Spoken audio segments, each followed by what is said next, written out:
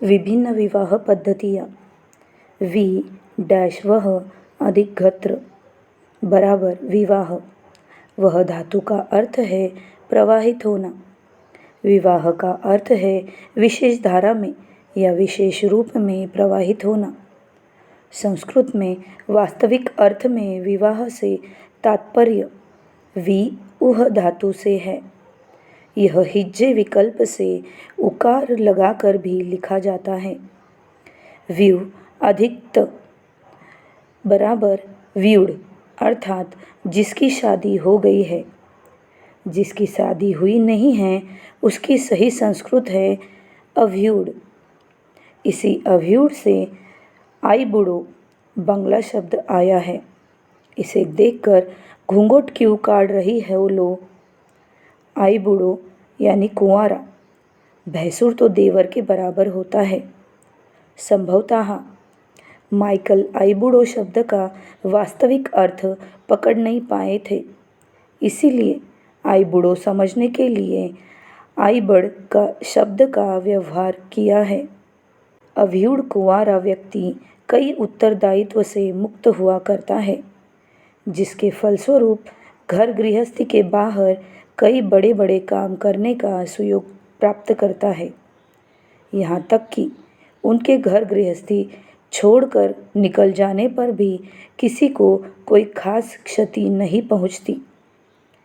व्यूढ़ यानी विवाहित होने का अर्थ है बहुत सारे पारिवारिक उत्तरदायित्व लेकर एक नई दिशा में अपने जीवन को प्रवाहित करना। बांग्ला में प्राचीन काल में जिस दिन व्यक्ति का अव्यूढ़ नाम खंडित हो जाता है उस दिन एक विशेष उत्सव के माध्यम से भात खाने और खिलाने की प्रथा प्रचलित थी। कलकत्ता में हम लोग इसे आईबुड़ो भात कहा करते हैं। वि अधिक उह अधिक त बराबर व्यूढ़। यदि वि उपसर्ग न लगावे केवल उह अधिक त बराबर ऊढ़ कहे तो इसका अर्थ है जो शादी समाज में सभी के सामने नहीं हुई है। सभी लोग उस दाम्पत्य को दाम्पत्य के रूप में स्वीकार नहीं भी कर सकते हैं, किंतु व्यूढ़ का अर्थ है जो विवाह समाज स्वीकृत तरीके से अनुष्ठित हुआ है।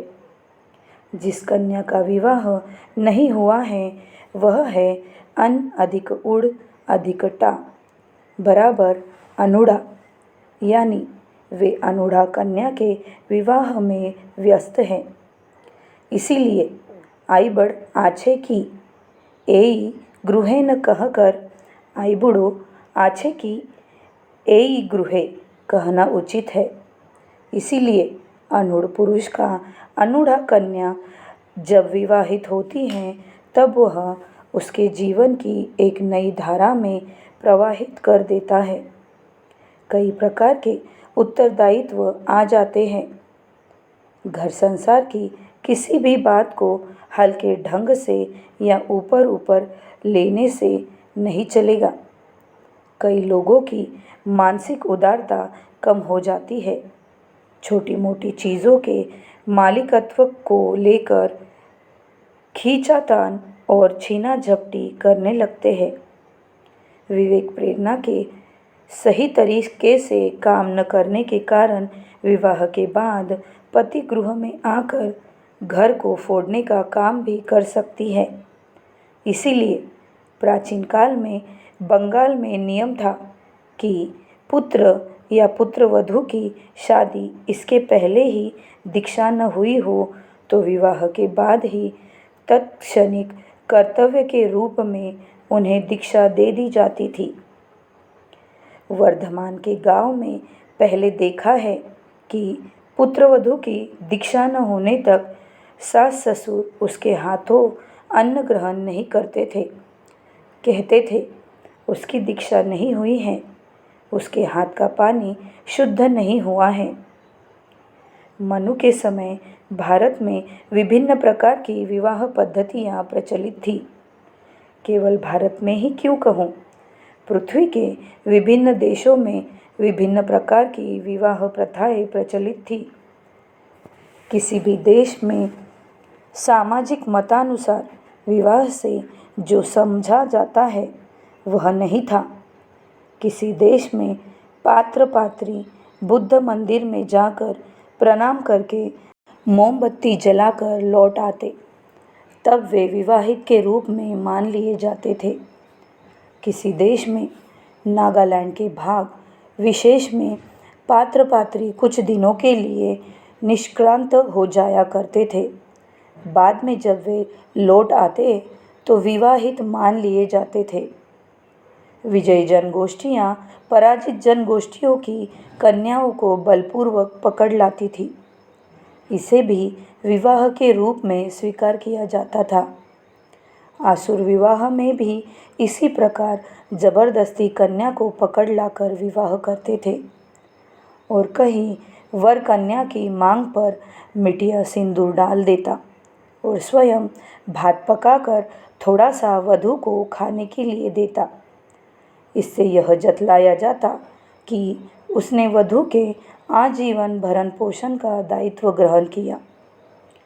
हुगली वर्धमान के उच्च वर्ण के किसी किसी परिवार में शास्त्र मत अनुसार विवाह के बाद वर के द्वारा कन्या को साड़ी और मिठाई देने की प्रथा आज भी प्रचलित है, जिसका अर्थ है कि वह भोजन और वस्त्र का दायित्व ग्रहण कर रहा है। इससे अनुमान लगता है कि धार्मिक संस्कार जैसी चीज़ परावर्ती काल में आई थी।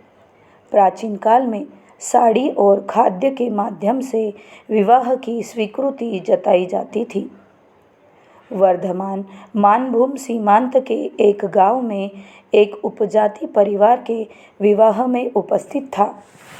विवाह बहुत ही सरल था।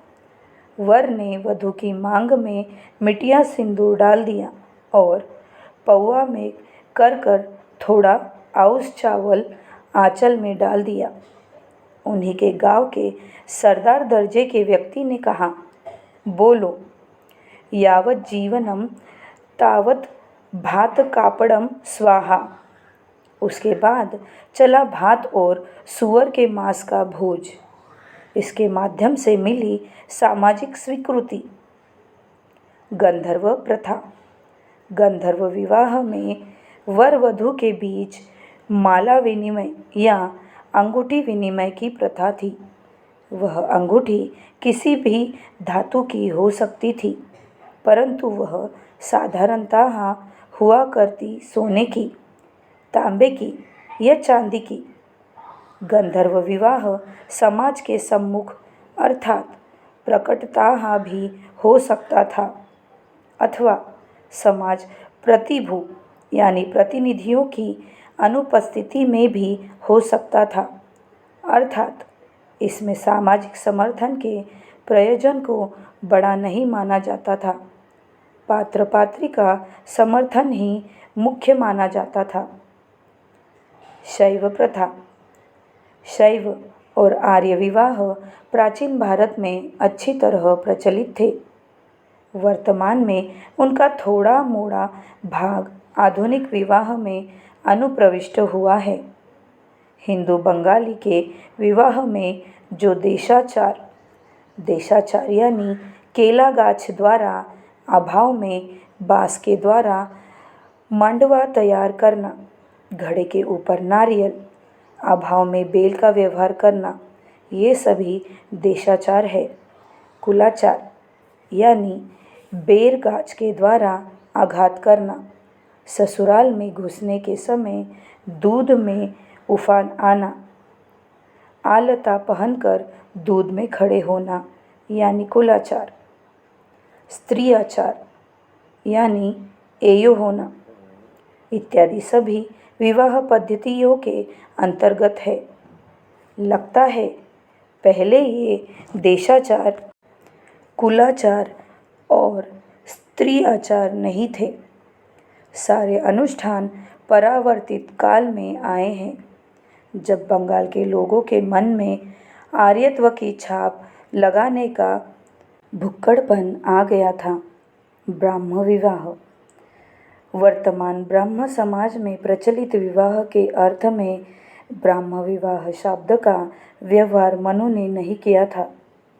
वर्तमान ब्राह्म समाज का उद्भव अंग्रेज शासन काल का है। मनु उससे बहुत पहले हुए थे। ब्रह्म विवाह तत्कालीन समाज में प्रचलित एक विवाह पद्धति विशेष है।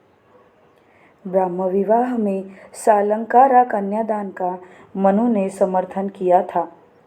यद्यपि यह कन्यादान व्यवस्था एक मानव विरोधी व्यवस्था है, इसमें नारी को गाय, बकरी, बतख, मुर्गी का पर्याय बना दिया जाता है। मनुष्य किसी हिम्मत से किसी मनुष्य का दान करेगा। नारी कोई खरीद बिक्री की वस्तु है? हाँ, एक समय क्यों, प्राचीन काल में बहुत दिनों तक मनुष्य का व्यापार चलता था। नारी पुरुष दोनों को लेकर हाट बाजार में खरीद बिक्री चलती थी। यद्यपि आज सोचने में भी वह बात बड़ी लगती है, फिर भी बात सही है। यहाँ तक कि अंग्रेज शासनकाल के प्रारंभिक दिनों बंगाल में कतिपय लोगों की खरीद बिक्री चलती थी। बंगाल से नारी विक्रय की अंतिम घटना घटी थी। बाखरगंज जिले के झालकाठी नामक एक हाट में मात्र 7 रुपयों के विनिमय पर आई सेल ट्रेड या कृतदास विक्री प्रथा भी ठीक वैसी ही थी। परिश्रमी खूब काले पुरुष या नारी को दास दासी के रूप में काम कराने के लिए सभ्य देश के लोग व्यापक तौर पर खरीदते थे। क्रेत थे मुख्यतः प्राचीन रोमन और ग्रीस देश के धनाढ्य वणिक लोग। इस मामले में भारत और यूरोप के अन्य देश भी किसी से कम नहीं थे। पूर्वी बंगाल से लड़की खरीदकर पश्चिम बंगाल में बेचना तत्कालीन जहाज लुटेरों का एक बड़ा काम था। वैसे लड़कियों को बहुत लोग पुत्रवधू के रूप में ग्रहण करते थे, विशेषकर उनके बीच यदि कन्यागत दहेज प्रथा प्रचलित रहती। इसीलिए कहने को बद्ध हूँ कि बहुतों के समर्थन करने पर भी कन्यादान प्रथा प्राचीन काल के दास व्यवसाय का ही नामांतर है। इसमें नारी का सम्मान धूल में मिला जाता था। विवाह में रुपए लेकर जो लोग लड़की की शादी करते हैं, वे भी तो घुमा फिरा कर लड़कों की खरीदी बिक्री का ही काम करते हैं। कलकत्ते में विवाह के स्त्री आचार के मंत्र में है, सास धागे के द्वारा वर को घेरती हुई कहती है, कौड़ी यानी पैसा देकर खरीद लिया, रस्सी के द्वारा बांधा, पानी सामाजिक बंधन से बांधा, हाथ में डर की थमादी यानी सांसारिकता का उत्तरदायित्व सुपुर्द कर दिया। अब मैं करो अर्थात दायित्व की स्वीकारोक्ति का उच्चारण अपने मुंह से करके हमें आश्वस्त करो। विवाह शब्द के वास्तविक अर्थ को देखने पर, उसका वैयक्तिक और सामाजिक मूल्यांकन करने पर कोई विवाह के पर्याय में आते ही नहीं। आनंद मार्ग प्रथा। आनंद मार्ग की विवाह पद्धति मनुक्त गंधर्व प्रथा में विवाह है, लेकिन यह विवाह प्रकट रूप से अनुष्ठित होता है, अर्थात सामाजिक तौर पर अनुष्ठित, समाज स्वीकृत रूप से अनुष्ठित गंधर्व विवाह है। यह आनंद मार्ग विवाह। कानून की भाषा में यह हिंदू विवाह है, परंतु हम लोग कानून व्यवसायी नहीं हैं, हम लोग मानवता के उज्जीवक हैं। शब्द चयनी का 19वां खंड गंधर्व विवाह। राड़ में तथाकथित निम्न वर्ग के लोगों में शैव मत से विवाह अभी भी प्रचलित है। वर वधू ने माला बदल लिया और वर ने कन्या को थोड़ा सा धन दिया। धन देने का अर्थ हुआ, मैं सारे जीवन के लिए कन्या के भरण पोषण का दायित्व लेता हूँ। और वह कन्या की मांग में थोड़ा सिंदूर डाल देता है तथा कहता है, आजीवनम भात कापड़म स्वाहा। इस प्रकार सरल अनाडंबर परिवेश में कुछ मिनटों के अंदर ही विवाह संपन्न हो जाता है। ब्राह्मण पुरोहित बुलाने का कोई प्रयोजन नहीं रहता है। यह है उदार शैव मतवाद का अन्यतम निदर्शन। सभ्यता का आदि बिंदु राड। चौथा अध्याय, विवाह विच्छेद। हिंदू कानून के अनुसार कोई हिंदू नागरिक एकाधिक विवाह नहीं कर सकता, लेकिन मुस्लिम कानून से कोई मुसलमान नागरिक एकाधिक विवाह का अधिकारी है। हिंदू पति अथवा हिंदू पत्नी को विवाह विच्छेद के दावे के लिए अदालत के शरणोपन्न होना पड़ता है, किंतु एक मुसलमान नागरिक अदालत की सहायता के बिना ही विवाह विच्छेद का अधिकारी होता है। इसके अलावा मुसलमान पति अपनी पत्नी का परित्याग कर सकता है, किंतु एक मुसलमान पत्नी अपने पति का परित्याग नहीं कर सकती। इसके अलावा मुसलमान स्वामी को पत्नी को त्यागने के लिए किसी प्रकार का कारण भी दिखाना नहीं पड़ता। अभिमत चौथा खंड।